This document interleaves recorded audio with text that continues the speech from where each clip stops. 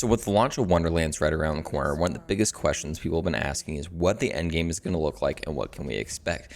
And it has been answered with the Chaos Chambers and the Mirrors of Mystery. This is something I'm extremely excited about because it is a completely different set of endgame than we have ever experienced in a Borderlands style game.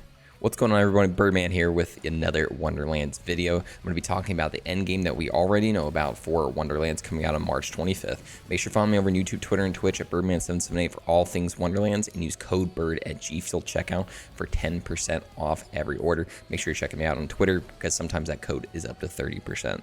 So let's first talk about the Chaos Chamber. Essentially, this is going to be the culmination of what we got in like takedowns and proving grounds, but definitely leveled up more in more of the Diablo-style Rift section. Essentially, you will go into 3 different rooms, each of them going to be randomized, and then you will end up fighting a mid-boss, and then you'll do 3 more rooms, and then do the final boss. Now, in these rooms, there is going to be, once you finish them, 2 choices on where you want to go next. So this is pretty nice just because it gives the player a lot of control on what to expect on the next run. So you can mid-max for, let's say, goblins or something like that, or maybe do it for like the snake people, for some mushies, anything like that. You're able to kind of control it. So I really do enjoy this. I think that's going to be a really cool system.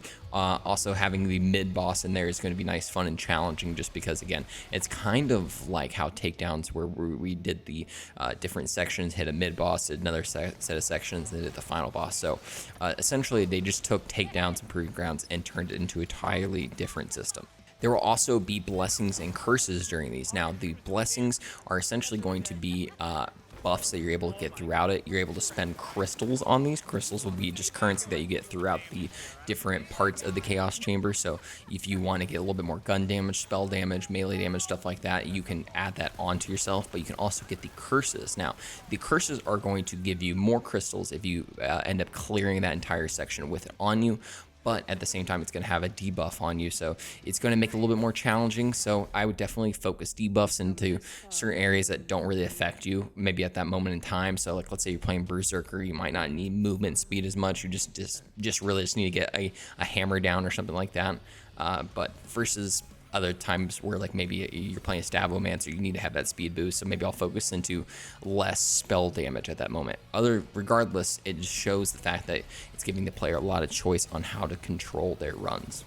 Once you finish out a Chaos Chamber, you'll get the option to get a certain weapon. Now, all the weapons are going to be actually choosable. So if I want an SMG, I go to a certain totem and select it by spending my crystals there. If I want a rocket launcher, an amulet, a ring, so on and so forth. But what's also great about it is the fact that these Chaos Chambers are going to have their own scaling system at the Chaos levels. It's going to go up to 20 different levels, which is absolutely insane. It's kind of like OP levels done better. So I'm pretty excited about that. And there's going to be specific versions of the weapons in that. So there's going to be like a chaotic regular, there's going to be an upgraded version, different tiers that are going to be able to last certain amounts of these chaotic levels and be usable then, and then you might have to refarm later on. But again, it just seems like a lot more controlled and a lot better version of what they did in OP levels back in Borderlands 2. And also with the blessings and the curses, I think this is a better version of the mayhem levels that we got in Borderlands 3. Essentially, they're taking all this information that they learned from previous games and putting it into Wonderlands and making it the best possible version of itself. So I'm definitely really excited about this. It's got a lot of good stuff in this Chaos Chamber. It's going to be a great endgame grind alongside maybe doing some extra story content and stuff like that. There's also 60 different rooms that are possible for this, which is absolutely insane. They're going to change every week and they're going to change every time, so it's almost like a roguelike at the same time. Again, they really knocked it out of the park with this Chaos Chamber edition. Now, with the Mirrors of Mystery, this is going to be the post-launch content. This is going to be part of the season pass, so I definitely recommend you just getting the season pass from the get-go, so you're not having to spend extra money in multiple different areas. You're able to just kind of get it all from the get-go. But essentially, you're going to go to this new area outside of Brighthoof, and you're going to be able to fight certain bosses that are going to increase in level every single week. The Vesper, this lady right here, is going to essentially control the Mirrors of Mystery for you. Essentially, you'll just go in, fight different enemies in these almost kind of raid style bosses. Now, they're not invincibles, they're not raid bosses from the get-go, but as the weeks progress, they're going to get harder and harder. So if I beat the shark guy on week 1, next week he'll come back and be even stronger. So I think that's really awesome because, again, it's just adding to the end game grind. It's giving us something to really strive for. We have this wheel right here that you see that once we beat the boss, we're able to spin the wheel to get a certain piece of gear. And also, speaking of the gear from this, the fact that the gear is going to be purchasable in the Chaos Chamber after we unlock it here in the Mirrors of Mystery. So again, just adding to that grind.